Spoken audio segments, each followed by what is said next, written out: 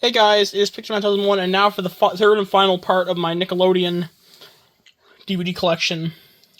The VHS and DVD collection. For now on, it's just going to be DVDs, no VHSs. This will be live action shows, though I only have one DVD that's strictly a live action show.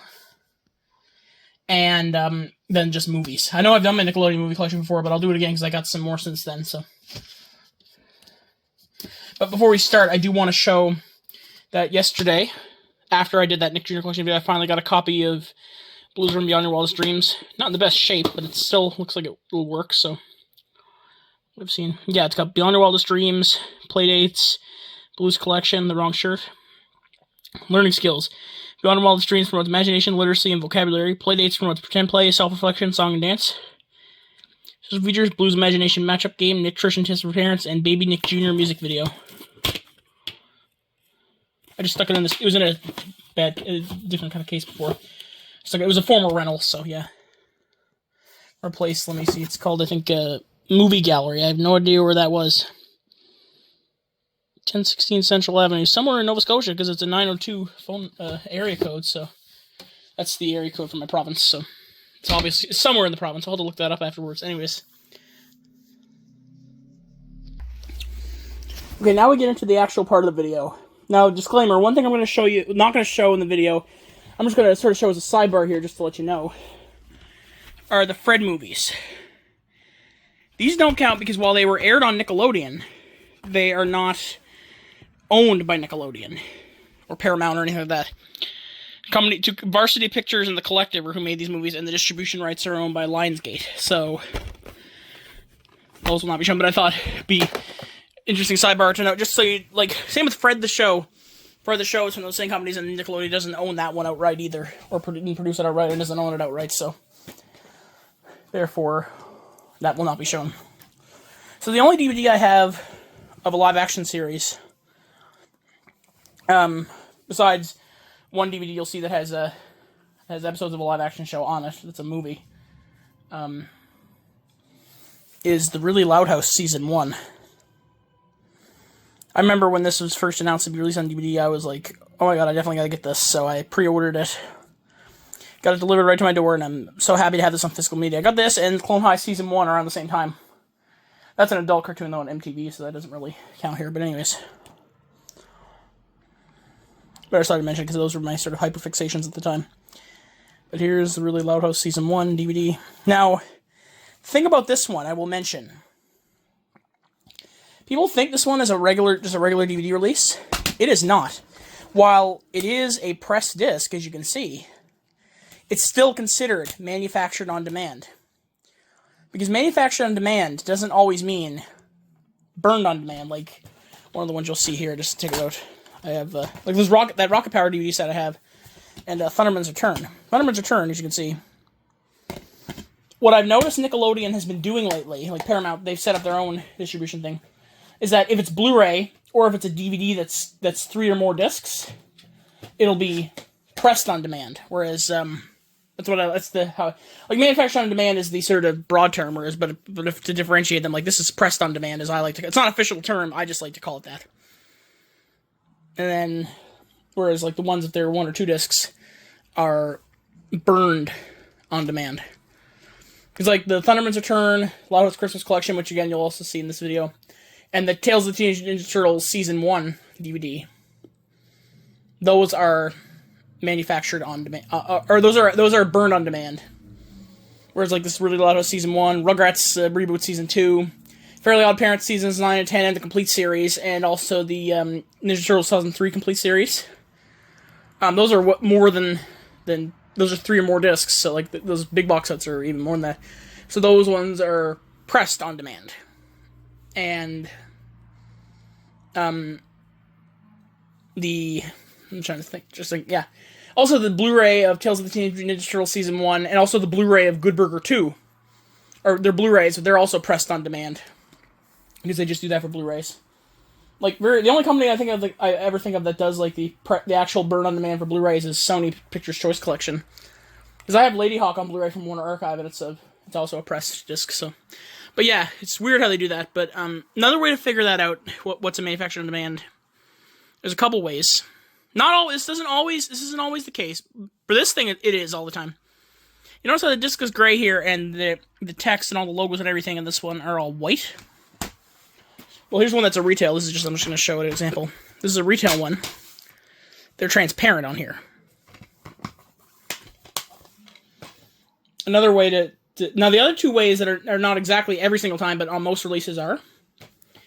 Again, I'm just going to actually use one of these, just this one, just to compare it.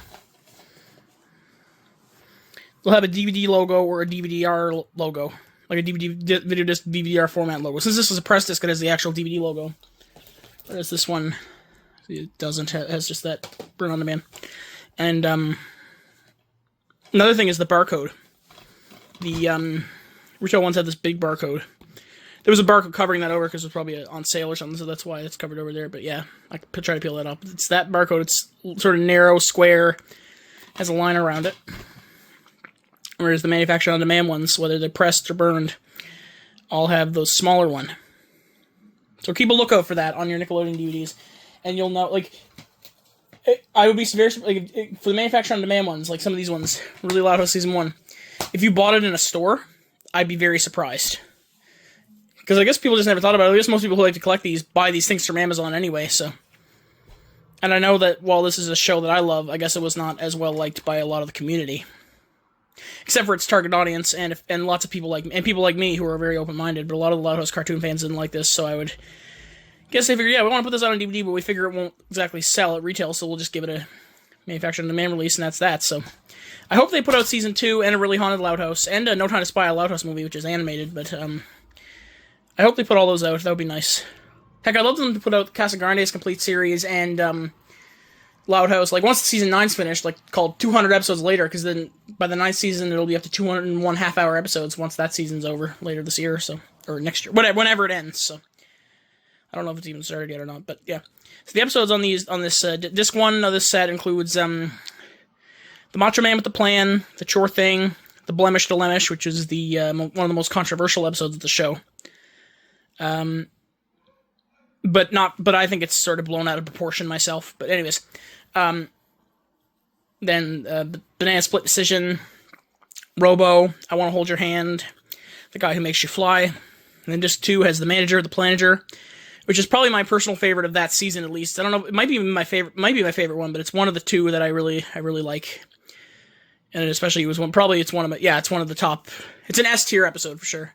And even some of the people who didn't really like the show that much, even they liked that. A lot of the people who watched that episode said that even if they didn't like the show, they liked that one. So, and then the Manager, The Planager, Heart and Soul, No Louds Allowed, The Princess and the Everlasting Emerald, The Royal Woods Fairy Tale Part 1, The Princess and the Everlasting Emerald, The Royal Woods Fairy Tale Part 2, and then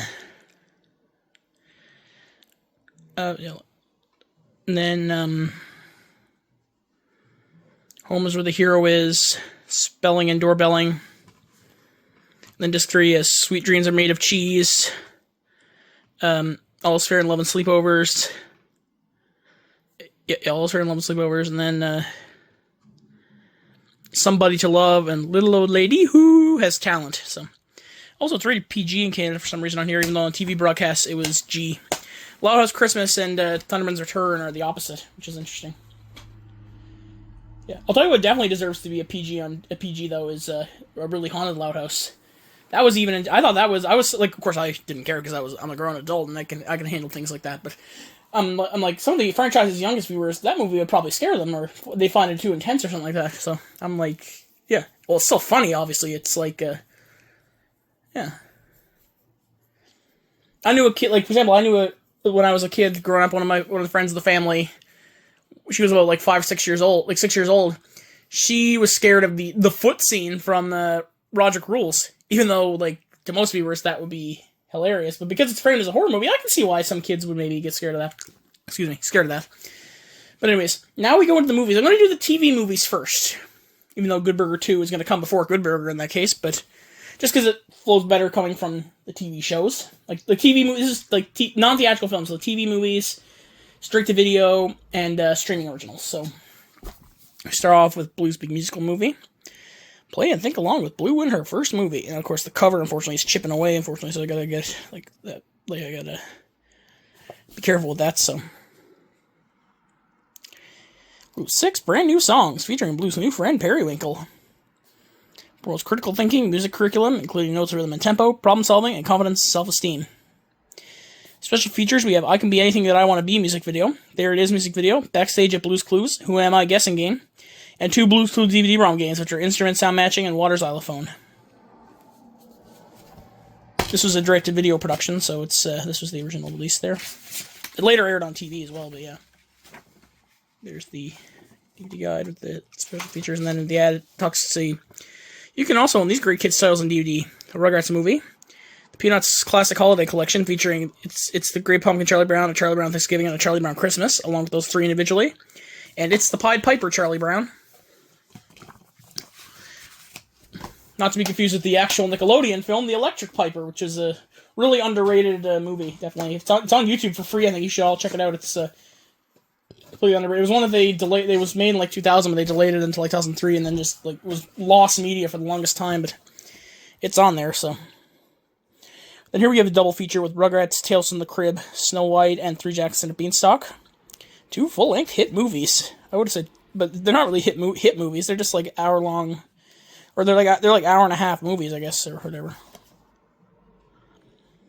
So these ones, the total runtime is 2 hours, but that's because they each of them include an episode of the Rugrats Preschool Days miniseries. That there are only 4 episodes of that, so half of it is on the first disc, half of that is on the second disc. So that's a good way to release it, I guess.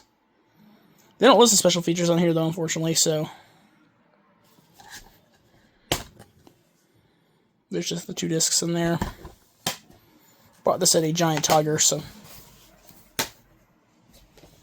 Then here we have Drake and Josh Go Hollywood, the movie. I unfortunately don't have Suddenly Brothers, the first volume, but anyways,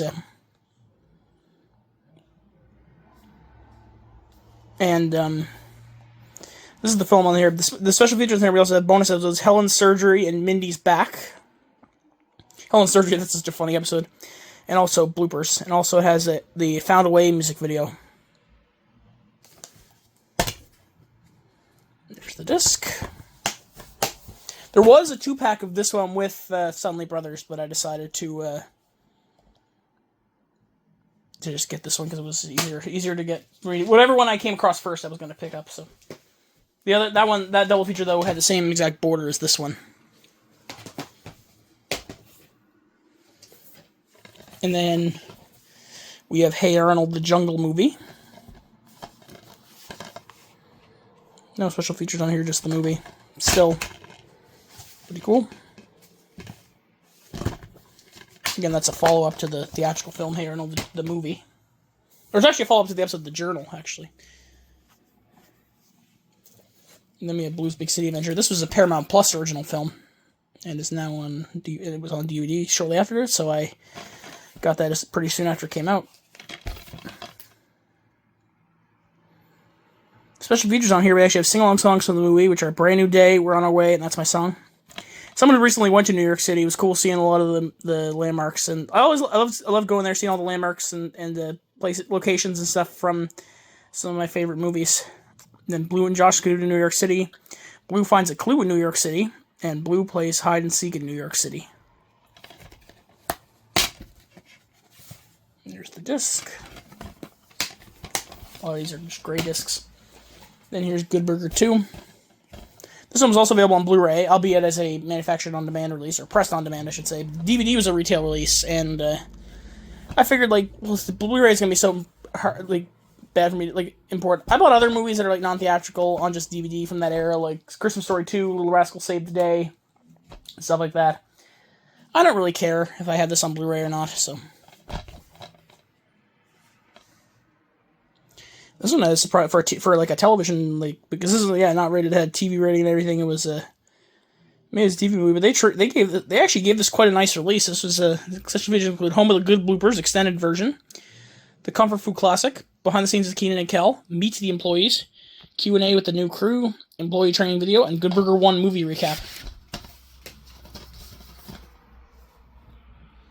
This was a lot of. I actually liked this one even better than the first one. Actually, that was a lot of fun. Yeah, the guy who played the bad guy in the first Good Burger, yeah, he recently passed away, sadly. But yeah, his in this one they didn't have his. They had archive footage of him probably because he was sick and he couldn't actually return to be for the film. So they got his. They had his like little sister. I think it was his sister or something like that. Yeah, I think it was his sister as the villain. Jillian Bell was the one who played that part. And, yeah, it's interesting how these ones they don't ever build a cast properly on Good Burger 1 and 2. The only other build actor on Good Burger 1 was Abe Vigoda. Which was interesting to even see someone like Abe Vigoda sign on to make a movie like Good Burger. But anyways, especially since he was in The Godfather and stuff like that. Then here we have Thunderman's Return. Looks like Max is summoning the Paramount logo with his hand. Yeah, I love Thundermans. Thundermans is... I still have yet to watch the Thundermans Undercover, honestly. I plan to start, though. I've seen clips online, and it looks pretty funny, and, of course, I have a huge crush on Kira Cosser, so... What more is there to ask for? Yeah. I know it's mostly about, like, Chloe, and that doesn't interest me as much, personally. I like the Phoebe stuff, but I like how this movie, though, they gave the family sort of equal treatment. But if this Thunderman's Return was definitely a backdoor pilot to that Thunderman's Undercover, so... And I've seen clips of it, and it's pretty... Even the stuff with Chloe and her friends, even that's pretty funny, and reminds me of the stuff I used to grow up watching, so... Yeah. I'll probably binge the whole season or something like that, or the first half of the season, because it's on, like... I think YTV On Demand has them all currently. So I'll have to do that. But anyways, the only reason I held off on it was because I was still sort of grieving the loss of... Or not grieving the loss, you know what I mean, though. Still grieving from the fact that the Really Loud House was canceled, and Thunderman's Undercover basically, because it took over all its time slots pretty much in Canada, like on YTV, and also like in the US and everything, it pretty much replaced the Really Loud House, so. But that's the thing, is that because Kira Cosser's involved, not only in front of the camera, but also behind the camera too, much like this film, I'll probably give that, I'll give it a watch. Though I do think the original Thundermans will probably always be the best, but anyways. But it depends, I'll have to see what I think, so. But this movie was a lot of fun. The only problem with it was that it felt more like a long TV episode, because there's a friggin' laugh track on this. Like, I can see a lot, like, even the Good Luck Charlie movie back in 2011, Wizards of Waverly Place, they didn't have laugh tracks.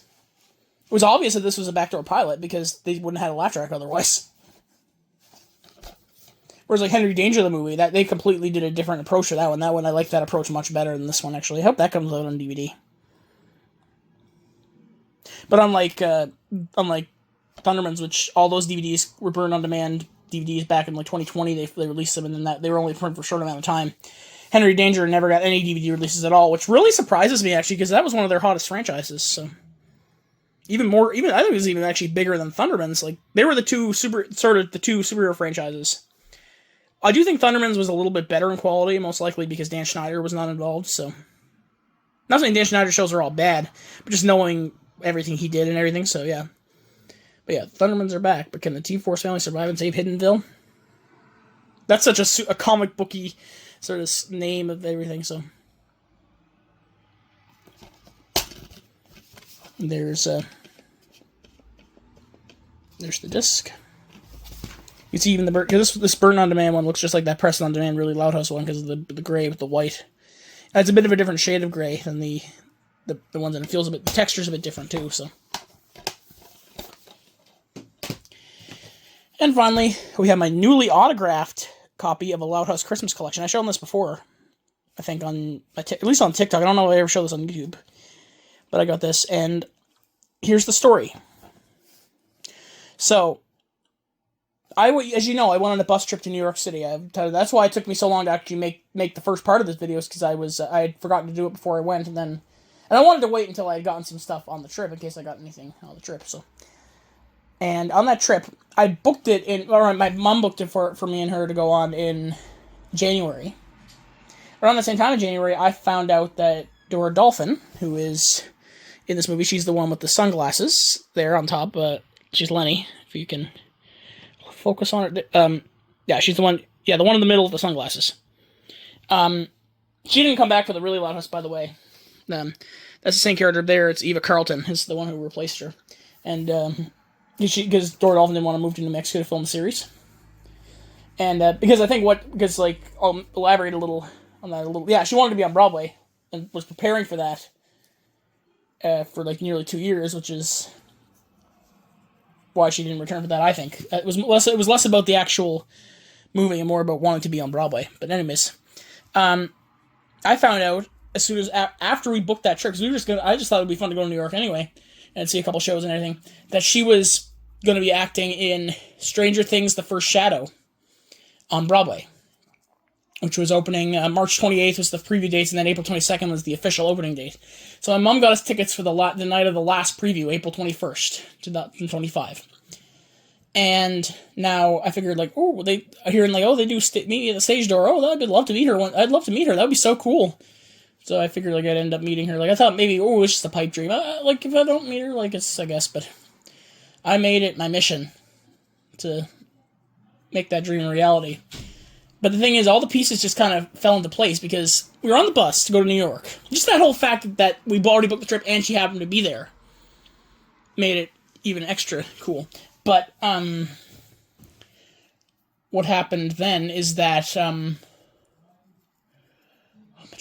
just sorry, I just had a brain fart.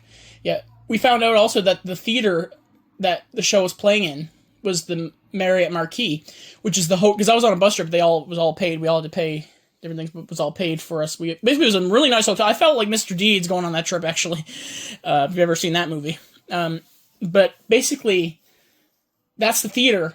That's the hotel. That theater where the show was playing was the hotel that we were staying in, and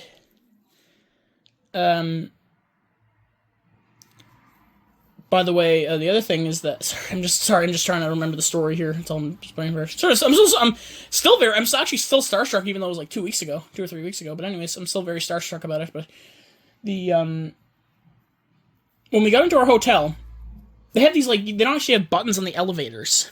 It's a very very fancy hotel, so they had we had these room key cards, and you had to actually tap the thing on the elevators to get an elevator, and it would bring you up, it would make stops, it was like an automated thing. And now my mom and I were going crazy, whoa, which elevator are we getting? We were all going sort of round and round, and she ended up going in a different elevator than I do. And then there was this woman in the elevator it was a few other people, some of them from my bus trip, and this lady, she's like, oh yeah, I'm here for my daughter's Broadway debut. And I said, wait, who's your daughter? She says, oh, her name is Dora. And I'm like, wait, Dora Dolphin? She's like, yeah. Oh my god, I'm a huge fan of her. Definitely, it was at the Lighthouse Christmas. It was such a cool thing. I was even just starstruck meeting her mom, who was very nice, by the way. And then I saw the show, which is Stranger Things: The First Shadow that night, which is incredible show, by the way. Some of the visual effects. If you're ever in New York, go see that show. You will not regret. Even if you're not a Stranger Things fan, which I'm not a huge Stranger. I watched the first season, that was fun, but this show, it's great for newcomers and it's great for everybody, for hardcore fans. It's just such an experience. I'd never had a stage show experience like that before, and it was just one of the best, coolest experiences I've ever been to. And so after the show, I went out to the stage door.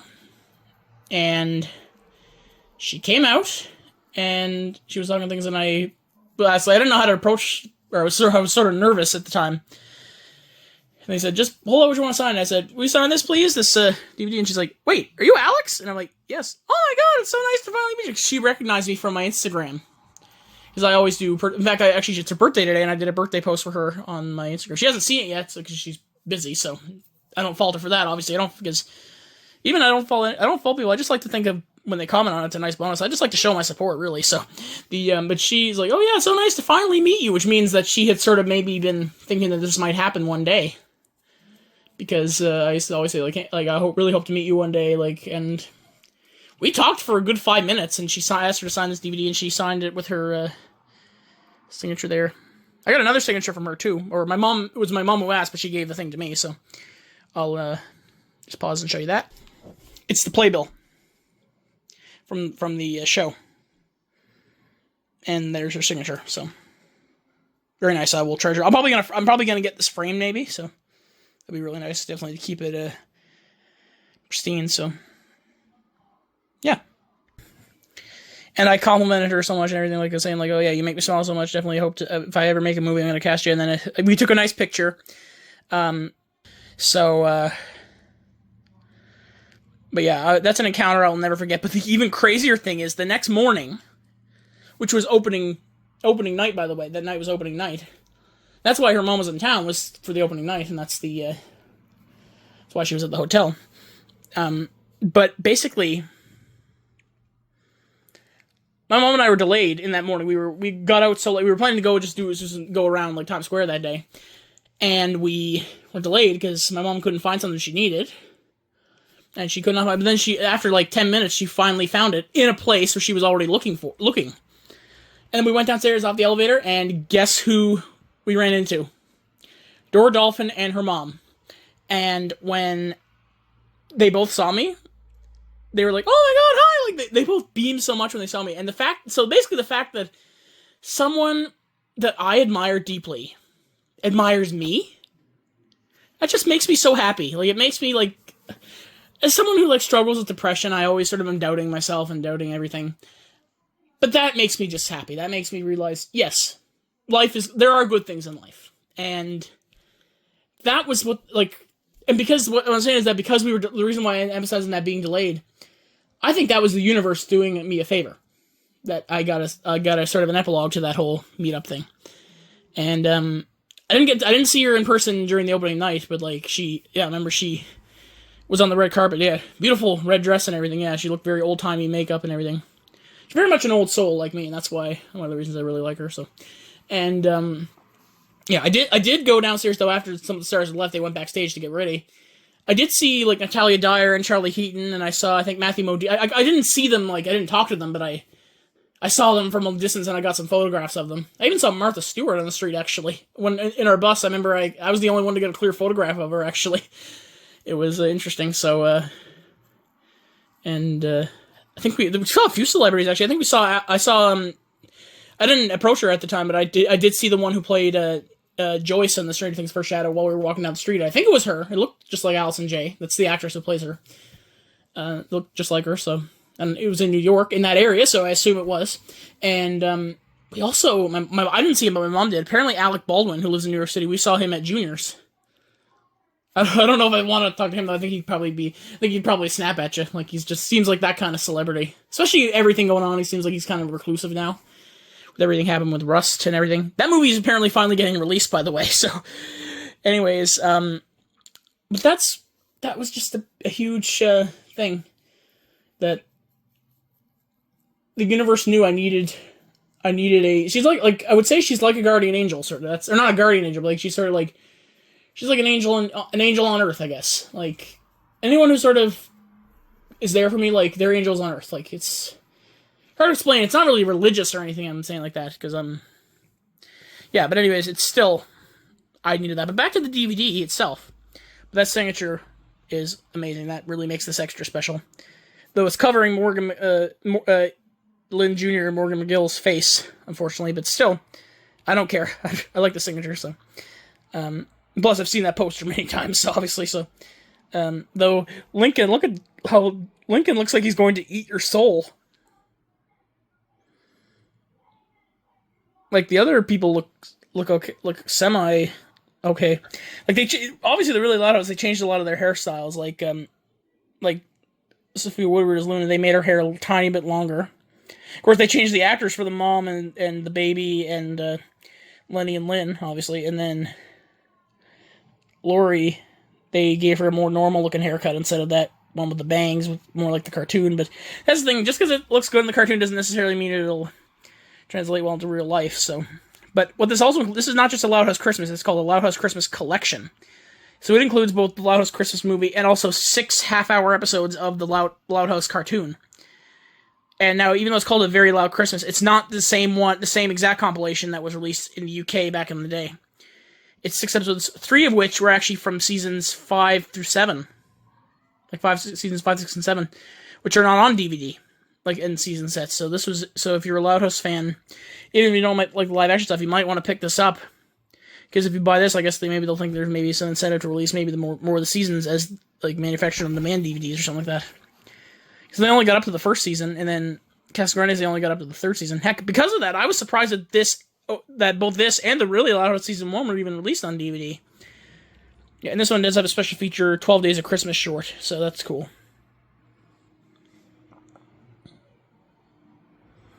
Yeah, they list them as 2 separate products, honestly, but they're all in the same menu. They all have the same everything. Like, if you press play all on the disc, it'll play the movie, then it'll play all 6 half-hour episodes. So, in total, the runtime is about 200 minutes. But for a runtime of 200 minutes, plus that, like short film there, like, in total, I guess including the short one, it's all about 200 minutes. And for something like that on a burn-on-demand DVD, the quality is actually really good. Like, the picture quality actually came out really well. I was surprised how... Again, it's not Blu-ray level because it's just DVD, but still, I don't think they're ever going to release this kind of thing on Blu-ray. So, but that's fine. So, yeah, this was released in October of 2024, by the way. That's why I'm showing that after everything else, just because it was a later DVD. Whew. Now we go into the theatrical films, and let me just actually, I'm going to start with the ones that are based on Nickelodeon properties first, and then like the one which are in my main collection. Then the ones that are either whether they're in my main collection or not, that are pretty much not based on Nick IPs, that are just original productions or based on other... Because, like, Nickelodeon movies for a long time, well, they initially started as being movies, movies produced by Nickelodeon or movies based on Nickelodeon properties. They pretty much for a while became Paramount, family films from Paramount. So, like, pretty much every family film from Paramount started having their label. But then they stopped once Paramount Animation came. And even nowadays, they're not even doing that. Like movies like Sonic the Hedgehog trilogy, Clifford the Big Red Dog, Secret Headquarters, IF. Those would have definitely been Nickelodeon movies had they been made 5 years earlier, but were not Nickelodeon movies releases. Maybe not Sonic, because that's sort of a epic franchise film. But yeah, I guess I still think it might have been. But anyways, so we'll start off. Here's Good Burger. This is the same as the original DVD release, but it's a reprint copy. It's from, like, 2017, whereas the original DVD was from, like, 2003, and it looked a bit different. But I don't care, so. As long as I have the movie, so. Lots of great celebrity cameos in this. Definitely a lot of fun. The only scenes I don't really like in this are the ones in the mental hospital. I think those were kind of in bad taste, or not in bad taste. They were just not really a good part of the movie. I didn't feel like it needed those parts. Kind of dragged it, but yeah. And it was a bit ableist, a bit too, in my opinion. But still, the rest of the movie though is an absolute blast. Strawberry jacuzzi. Though apparently that scene was hell for Kel to film because it was all sticky and everything. That was especially when Dan Schneider is the one looking at him in the scene. It's obviously like, yeah, famous. Yeah, Dan Schneider he's the manager of Good Burger in that movie. Let me just say he was not involved in Good Burger 2, except for based on characters created by Dan Schneider. Same with how Loud House media, besides the original show, says based on characters created by Chris Savino, because even though he's a pig, they still have to credit him for his creation. So, and this one, unfortunately, the cover has seen better days. This is my copy of the Rugrats movie. So this feature's got a cat dog in Short Winslow's documentary. They had a cat dog short in theaters too, but it was a different one, which is interesting. Yeah, I ripped the contents of a lot of those to my hard drive. Some of those bonus features. Then we have Rugrats in Paris, the movie. The full-length hit movie. This one includes bonus features. We have Rugrats in Paris documentary, the original theatrical trailer, 2 theatrical promo spots, sound effects showcase Chucky Chan, alternate endings, Baha Men music video for Who Let the Dogs Out, and 2 interactive DVD-ROM games, Chucky Chan and Mom-O-Matic. Great movie for Mother's Day, too. Though, only if you want to cry, because this movie is, like, it's easily the best of the Rugrats movies because of how emotional it is. How well done. Like, that scene where Chucky is on the plane, looking at the clouds and seeing visions of him and his mom, and then he hugs his teddy bear. Oh my god, that's like, if you don't cry at that, you are made of stone. You are not a human being. You are cold-hearted. Anyways, Jimmy Neutron Boy Genius, right here. This was actually, it was a movie first, but it was planned, the whole launch of the show was planned from the beginning, so therefore it counts. Same with Barnyard, which you'll see what I have with Barnyard. Anyways, Jimmy Neutron Boy Genius is clever and funny. I agree.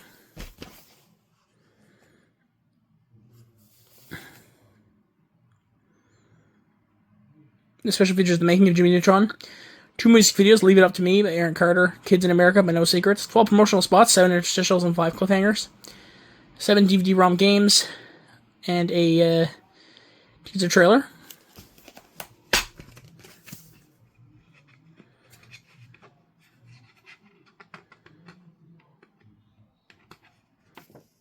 there's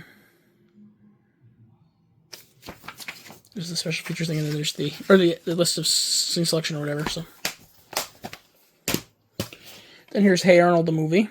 Now this, unfortunately, it's a reprint copy because it has a modern DVD logo and it has the distributed by Warner Home Video sticker, because for a while Paramount's catalog titles are being distributed through Warner Brothers autonomously, so like through Warner Home Video. That's why for a while you'd always see 4-packs that would have both Paramount and Warner Brothers releases in them. So like our own titles. So that's the thing about that.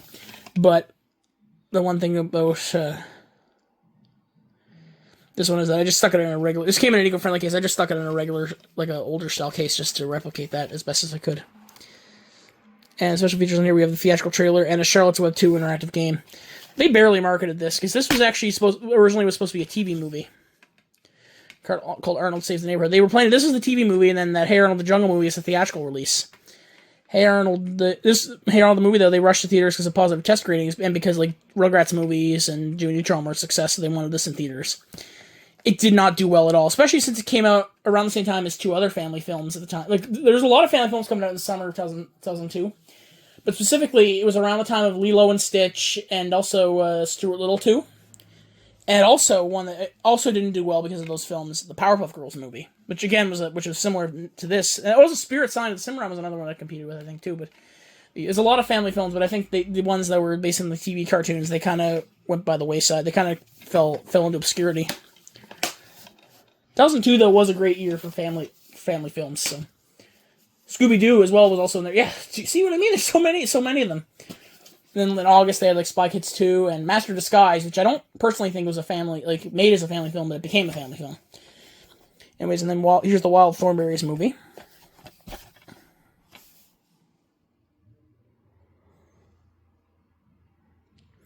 Features the music video for Father and Daughter by Paul Simon, a Wild Thornberrys PC game demo. I have that game actually on PC, and a theatrical trailer. So this was from Video Difference on Queenpole Road. I used to go there all the time. I used to have one in Bedford too. That's a Halifax, Nova Scotia. It's a little. It's a part of the municipality. It's a little. It's sort of the besides the actual bridge. It's sort of in between Halifax and Dartmouth. So, anyways, here's Rugrats Go Wild. This one should have been a December release, I think, because like all the other ones, like because Hey Arnold the movie was a one-off because that was supposed to be a TV movie. And they just wanted to get it out sort of quickly, but like they had Rugrats in Paris was in like around Christmas, like Christmas of 2000.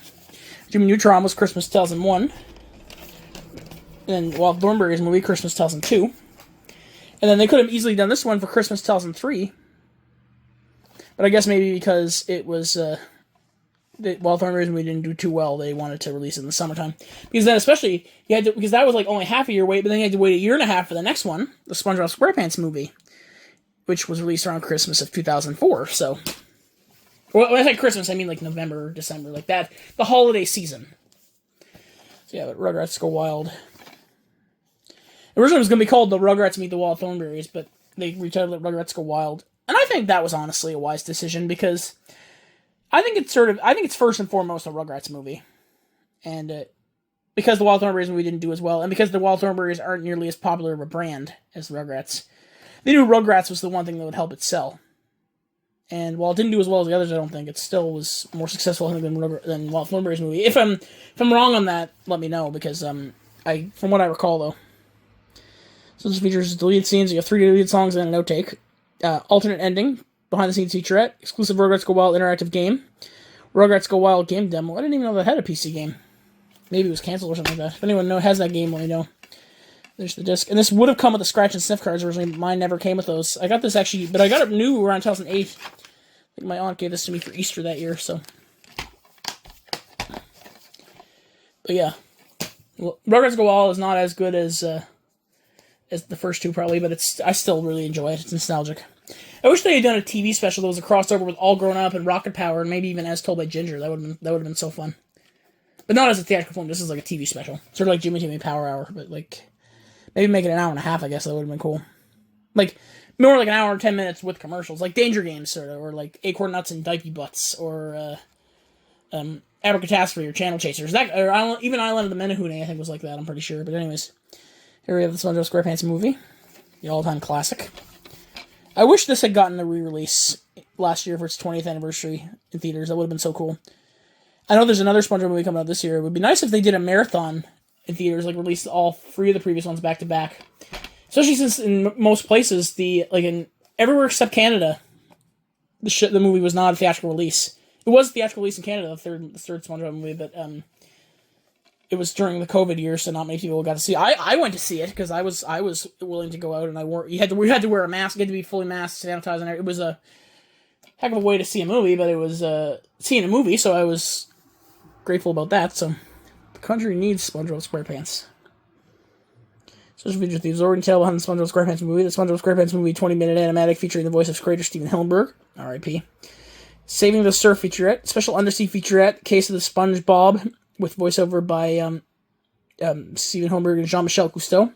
Submarine teaser trailer. That was on some of the old VHS and DVD releases. I think they used footage from like Dust Boat and movies like that. And it's kind of funny, but it's like the thing they see in the water that's the invading thing is actually SpongeBob just playing with a submarine toy in the bathtub. And also a SpongeBob SquarePants movie THQ game demo. I don't have that THQ PC version, but I do have the console version on Xbox, which is the better version.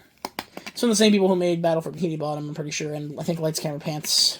If I'm not mistaken, Lights, Camera... I know definitely it's from the same people who did Battle for Bikini Bottom, though. There's the disc. It looks like a Lifebuoy. Not the soap Lifebuoy, but the object Lifebuoy. Then here we go on to some Blu-rays. Here's the SpongeBob movie Sponge Out of Water, 3D.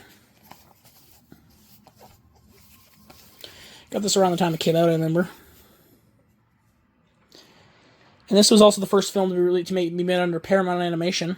Nowadays, they don't do Nickelodeon things under Paramount Animation anymore. In fact, I think that studio's days are numbered, especially with this whole Skydance merger coming into effect. So, over an hour of Sponge-tastic bonus content. Join SpongeBob and Friends for 3 exclusive sing-along music videos. Dive into the world with 8 exciting featurettes that take you from Bikini Bottom to the surface, and come ashore with storyboards, deleted scenes, and more. And I never had a 3D TV, but I always liked the 3D covers, and I always felt the 3D editions, because they felt more substantial, and they weren't that much more expensive, between $3 and $5 more, so I figure, why not? So, there's the disc, 3D, it's sort of clear with the bluish thing. There's the Blu-ray, and then the DVD. That's the one I always would watch, though. I know this came out in between, during season 9 SpongeBob, but because it's a theatrical film, that's different, so, yeah. There's an ad for SpongeBob Hero Pants, which is on Xbox 360, PS Vita, and 3DS. Very interesting set of platforms. And then this is a cool... no, actually not. That's the digital code for Ultraviolet. It's already used and wouldn't even be valid anymore because Ultraviolet isn't even a thing anymore. Ad for SpongeBob merchandise. And then in the back, here's an ad for an app. Let's see what this is called. Oh my... Sponge on the Run! Yeah. It's, they always say, because a lot of times the studio executives, I don't think they really pay attention to things like that. I'm going to actually put that way, because it's kind of cool to see that there. But, studio executives don't pay attention to what they've done in the past. They just do whatever they think of in the now. And there's a saying, those who do not remember the past are condemned to repeat it. And same with, how SpongeBob, there was a DVD in, 2020 because of the 20th anniversary special, the big birthday blowout. The DVD was called Bikini Bottom Bash, which was also the name of one of the VHSs that made up Tales from the Deep back in 2003. So, therefore, why are they, they forgot that they named it that. Same with, movie titles, why, Halloween, the movie, the original Halloween, but then they had the direct sequel, Legacy sequel, which came out 40 years later, also called Halloween. I would have called it maybe Halloween, insert subtitle, I would have given it another subtitle, Halloween, The Return, or something like that. I was going to say Halloween Resurrected, but there's already Halloween Resurrection, which is one of the worst movies in that franchise. But anyways, then we have Dora and the Lost City of Gold. I know this year they're doing another live-action Dora movie. It's Samantha Lorraine. The one who plays Dora in that one's Samantha Lorraine. It's her birthday today, actually. She turns 18 today, and she's the one they already filmed. Much like she's basically she filmed that Dora. It's been so long since this one that Samantha Lorraine filmed the current upcoming Dora film, she was the exact same age as Isabella Merced was when she made this. And this was a great film. I had a blast with this. And even my dad, who's not really into children's shows and he doesn't really like little kid shows, even he enjoyed this. Actually, this was so much fun. If I hadn't remembered that College Humor video, this movie would not exist. But the live action Dora one that's coming out, it's going to be not a theatrical film. It's going to be on Nickelodeon and Paramount Plus. It's called Dora and the Search for Soldorado. Apparently it's going to be I would assume it's probably going to be a backdoor pilot because they've been talking about doing a live action Dora series on Paramount Plus for a long time. So I would guess it's going to be a backdoor pilot for that. And speaking of that, the one who I think I might have I don't know if I mentioned that, but the one who played that Dora Dolphin actress that I got from Loud House that I got signed that, her name is Dora, no relation to the thing obviously, and she was on Nickelodeon there, and her birthday is May 11th as well. So the day I'm filming this won't be uploaded May 11th because I'm gonna edit that probably to get that cursing out of there, but it'll be but it's when I'm filming this, yeah, it's also her birthday, so that's quite an interesting thing. And I am looking forward to definitely to watching Dora and the Search for Soldorado, though. Probably won't be as good as this one was, because this one was just absolutely fun. I love this one. It was just like a great adventure film, but it also was a heartfelt. It sort of was what I like to call an affectionate parody. Like it parodied the elements of the kids show and how sort of annoying it can be, but it did it affectionately, and that's what I liked about it. There's the Blu-ray and there's the DVD, and it says more family adventures to explore. Wonder Park, Sherlock Gnomes, Instant Family, and JoJo Siwa My World. I think they aired that on Nickelodeon Canada a couple years back. I think I recorded that from there. I've never watched it, and I don't really plan to. I don't know why. I used to record a lot of useless stuff from there. But anyways, and probably half that stuff's now all gone because I threw out the tapes after I finished doing them. But then my hard drive with them failed on me. So hopefully I can maybe get it restored or something like that. Other than that, otherwise, goodbye tapes. So. And then we have SpongeBob Movie, Sponge on the Run. It's funny, but this is Canadian Blu-ray, because I'm Canadian, so I got a Canadian copy. Because this one was released in theaters in August 2020 in Canada, but it didn't come to the US, it was digital, not a Paramount Plus original. People always say that, but no, it was not a Paramount Plus original. It was released simultaneously on both digital platforms and Paramount Plus, so therefore I don't consider that a Paramount Plus original. In March 2021, but because of the time thing, this Blu-ray in Canada actually came out in February 2021, before the US even got the movie. Officially not. I'm pretty sure most people pirated the film because it was on. Even after that, even in November 2020, it was on Netflix internationally, outside of North America except China. So that's the. But that's the one thing here is that this one right here is the Canadian Blu-ray. So we got this earlier. Same discs and everything. I'm pretty sure. Includes an all-new mini movie. There's more SpongeBob fun with mini movie, deleted storyboard scenes, sing-along music videos, and more. I wonder what that mini movie is. I never saw it listed in any of the short film things, so I'll have to check out what's on that disc. So there's the Blu-ray, and there's the DVD. And the digital code, there's nothing really on there.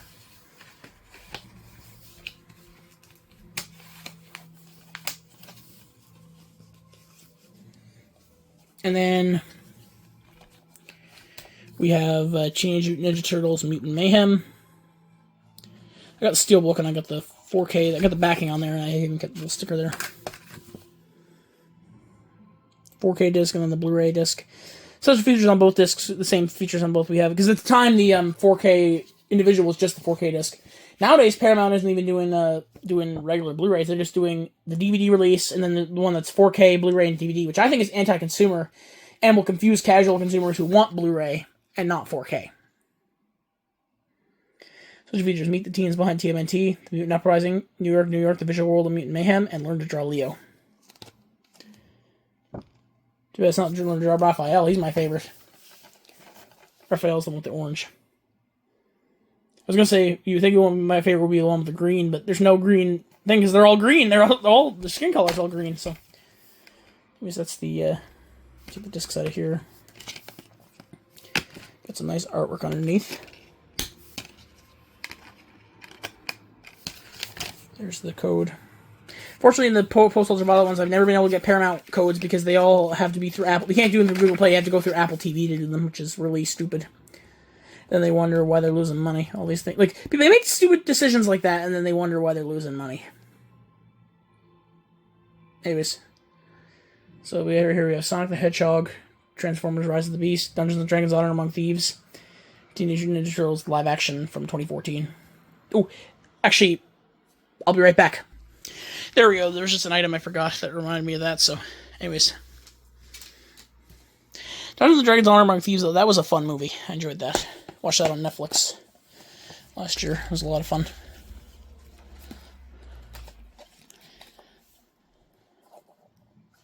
Very much like the Minecraft movie, sort of, in terms of how it's very comparable to that, I find. Not in terms of what happens in it, but just sort of that whole, the idea of, like, having character lore, but also being accessible to newcomers. Because I was never a D&D player. I was never a Minecraft player, but I enjoyed both of those movies, so. Anyways. And then we get the ones that are sort of more miscellaneous, that are not really, like... I guess I'll start with this one, because it's kind of a Nickelodeon property. Most of these aren't in my main collection. Only the last two of these I'm going to show are, so... This one I'm going to show here, because this is actually a PG-13 rated movie. This is Teenage Mutant Ninja Turtles. This one's not in my main collection, but I do have it. I've had this one, actually, since it came out, actually. Though I actually gave it away. Or I sold it to one of my record stores. And then I bought it again. So I bought back my old one, basically. Blu-ray CD, Blu-ray DVD digital.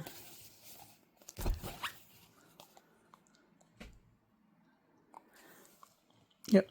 Digital reality, in your face, the Turtles in 3D, in 80s Mean Green, Evolution Mashup, Turtle Rock, extended ending, Shell Shocked music video, and making of Shell Shocked.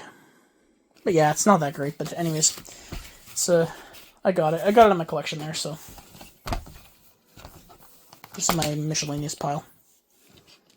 3D, then Blu-ray, then DVD. And there's an ad for the Ninja Turtles 3DS game. An app back when those were all the rage there, and then G-Machines.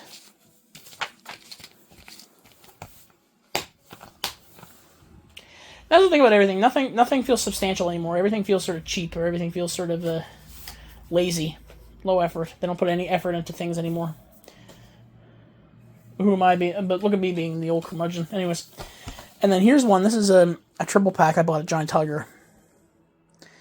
This is Rango, Charlotte's Web, and Barnyard. Now I didn't like Barnyard. I saw it as a kid. I didn't like it. Haven't seen Charlotte's Web in years. I have to watch that again. And then Rango I've never seen, but I hear is amazing, so who knows, maybe I'll like this. Maybe I'll move this back to the main collection eventually, so.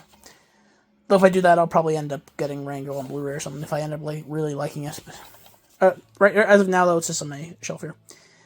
And this includes both the theatrical and extended versions of Rango. Those features the deleted scenes, real creatures of dirt, and a filmmaker's commentary on the extended version only. Charlotte's Web includes Meet the Animals, set-top guessing. No, Charlotte's Web is not a Nickelodeon movie, it's just in this pack, so. The direct-to-video sequel to that, Charlotte's Web 2 Was a Great Adventure, and the live-action remake, which I don't have either of those, are Nickelodeon movies. So, yeah, they are Nickelodeon productions. And then, Barnyard. They're Dairy Funny Extras. Oh, what a terrible pun. Mud music video, Boogieing in the Barn, Utter Talent, The Voices of Barnyard, An Animator's Life, Method Acting with Kevin James, deleted scenes with optional commentary, and commentary by Steve Odekirk, Paul Marshall, and the Barnyard crew. 3 discs, they're all blank, boring discs.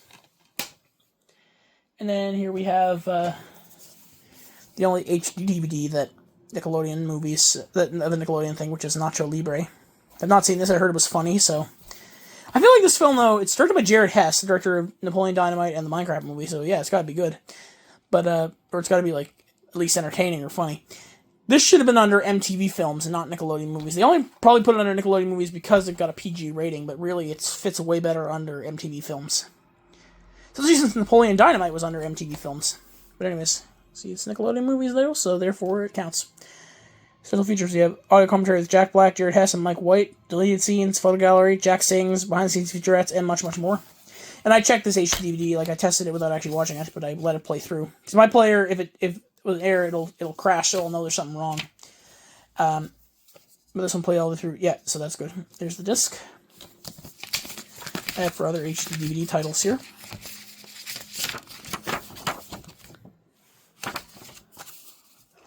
It's Sky Captain, The World of Tomorrow, We Were Soldiers, The Italian Job, Manchurian Candidate, Aeon Flux, Lara Croft Tomb Raider, Sleepy Hollow, Four Brothers, U2 Rattle and Hum, and Sahara. I heard Sahara was pretty cool. I want to see that one eventually. So, and then here we have the Spiderwick Chronicles. Haven't seen this in years, but I happen to have the DVD here, so probably should rewatch this because I remember really enjoying this. It features Spiderwick, It's All True, It's a Spiderwick World, and then Arthur Spiderwick's Field Guide. There is a 2-disc edition, and there's a Blu-ray edition, but I know the Blu-ray edition is one that had problems with disc rot. Like, I remember I found the Blu-ray at Valley Village at one point, and I looked at the back, and physically looked like it was rotten. And apparently it's a known rotter, so therefore I didn't want to get that. But there's just a single DVD. That's all I really needed for that. So yeah. And then these last two are again these same kind of things, but they are in my main collection. Main collection of the movies I like to have on display that I like to take out and watch. Everything. But this one we have Lemony Snicket's A Series of Unfortunate Events. This is the 2-disc special collector's edition widescreen. Originally this one had a slipcover, and I think it came with a small version of the first book, I think, of the series, but my copy is just the on its own. It's just no slipcover, but yeah. How many people you didn't realize there was a 2-disc edition, but there is, and it's the good edition to have. So this features on disc 1, which is the same disc you get anyway. You have commentary by director Brad Silberling, and also Brad Silberling and the real Lemony Snicket, who unfortunately is a bigot in real life. He's actually worse than J.K. Rowling in terms of that. He's just an outright racist, and he also is he's misogynist.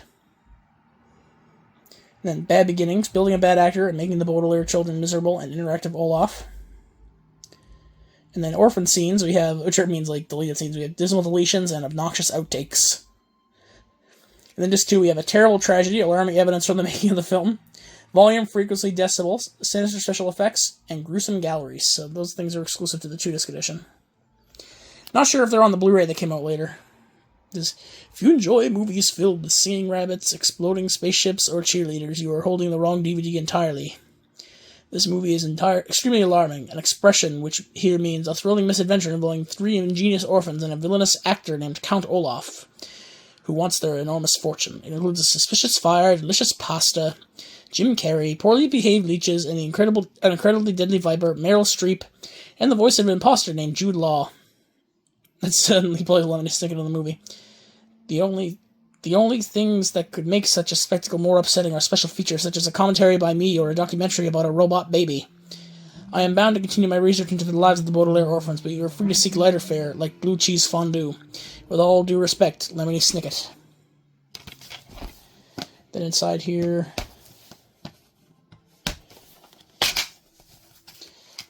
the same disc as before, but it says here disc 1 instead of just the disc label. Same disc label in the single disc, but it wouldn't say disc 1. And then disc 2 looks more like this cover, so. You all probably remember that cover. But if any other one of you have this 2-disc edition, let me know, because I haven't really seen it much anywhere documented either, but I found it, so. And it's official, it's not a bootleg or anything, so. And the very last one, I'm saving this one for the very last because, well, it's one of the best, but it's also not really, it isn't really actually a Nickelodeon movie. I'll elaborate a little further as I get in. So, The Adventures of Tintin. Tintin hits home for the kid and all of us. This was an absolutely fantastic movie. I wish... this is directed... It was a collaboration... It's based on the Tintin comics by Hergé. And it's a co-production... It's a collaboration of Steven Spielberg and Peter Jackson, and written by Stephen Moffat and Edgar Wright and Joe Cornish. So great people behind it. Stephen Moffat, he always wrote for Doctor Who and stuff. And Edgar Wright, of course, is a famous director too. Great cast and everything. Jamie Bell and I know Thomas Brodie Sangster was supposed to play Tintin, but he dropped out and Jamie Bell took over. But yeah, definitely a great film. Now you'll notice here. Now when I talk about why Nickelodeon movies, you see the logo appears on the packaging and all the posters and everything, and on the trailers and on the film itself. The logo appears at the beginning of the movie. Now here's the other thing though. You notice some of these films, whether they say like this one, Paramount Pictures and Nickelodeon Movies present, or even this one, Paramount Pictures present a Nickelodeon Movies production. This one, Nickelodeon Movies, is listed nowhere in the credits. This is Paramount Pictures and Columbia Pictures present in association with Hemisphere Media Capital, and Amblin Entertainment, Wingnut Films, Kennedy Marshall production. and copyright. Usually Nickelodeon movies isn't listed in the copyright, but it's interesting how this was actually this was originally in development as a DreamWorks Pictures thing through DW Studios. When Paramount bought DreamWorks, that was the copyright whole thing they'd use. But yeah, it was originally going to be DreamWorks and Universal, but then it became Paramount and Columbia. So that's interesting. But that's the one thing about this one, though. It's not really considered like officially a Nickelodeon movie. They just stuck their logo on it at last minute, pretty much. But it was never meant to be Nickelodeon movies released. I guess maybe because they were like, oh, well, it's a family film. They did the same thing with another film 6 years earlier, Mad Hot Ballroom, which was a documentary that they acquired from this company called Just One Productions, which I think was just the company they set up to make that movie. And probably, I would say most likely. And it was released under Paramount Classics, but also for some reason, despite not appearing in the credits, they also released it under Nickelodeon Movies. And they did it a third time 8 years after this with Playing with Fire. That was a Paramount Players production. And I remember seeing that when it suddenly, like, the trailer came out, oh, it's a Nickelodeon Movies release, but it never was planned to be. It was never listed as that before. And that one, they don't list Nickelodeon Movies in the credits either, despite the logo appearing on the film and all the marketing and the packaging and everything. So, so it's really weird. So those three films aren't really Nickelodeon movies. And I guess you'd say that, like, maybe Paws of Fury isn't even either, because it was, while their logo's on it, it's only on certain countries, like, where they distribute. So I guess you could say that's more of a Nickelodeon movie than those ones, I guess. But yeah, it's hard to really say what ones are actually Nickelodeon movies, films, or not. So, like, I see all these people like saying, like, ranking every Nickelodeon animated movie, and they always include this one. I don't consider this to be in line with the other Nickelodeon movies animated releases because, well, one, it's the only one that's motion capture, and as much as I consider motion capture to be animation, I will die on that hill, defending motion capture as animation. Not right away, of course. But anyways, the thing about that is that the motion capture films are never under studios' animation divisions. Like Monster House could have been the very first Sony Pictures Animation release, but it wasn't, and that's probably because it was a motion capture film. So. And also, films under animation studios, like when you're doing animation studio filmographies, if it's by two major studios, like this one's Paramount and Columbia, that doesn't really count either, in my opinion, so, yeah. But anyways, just thought I'd mention that.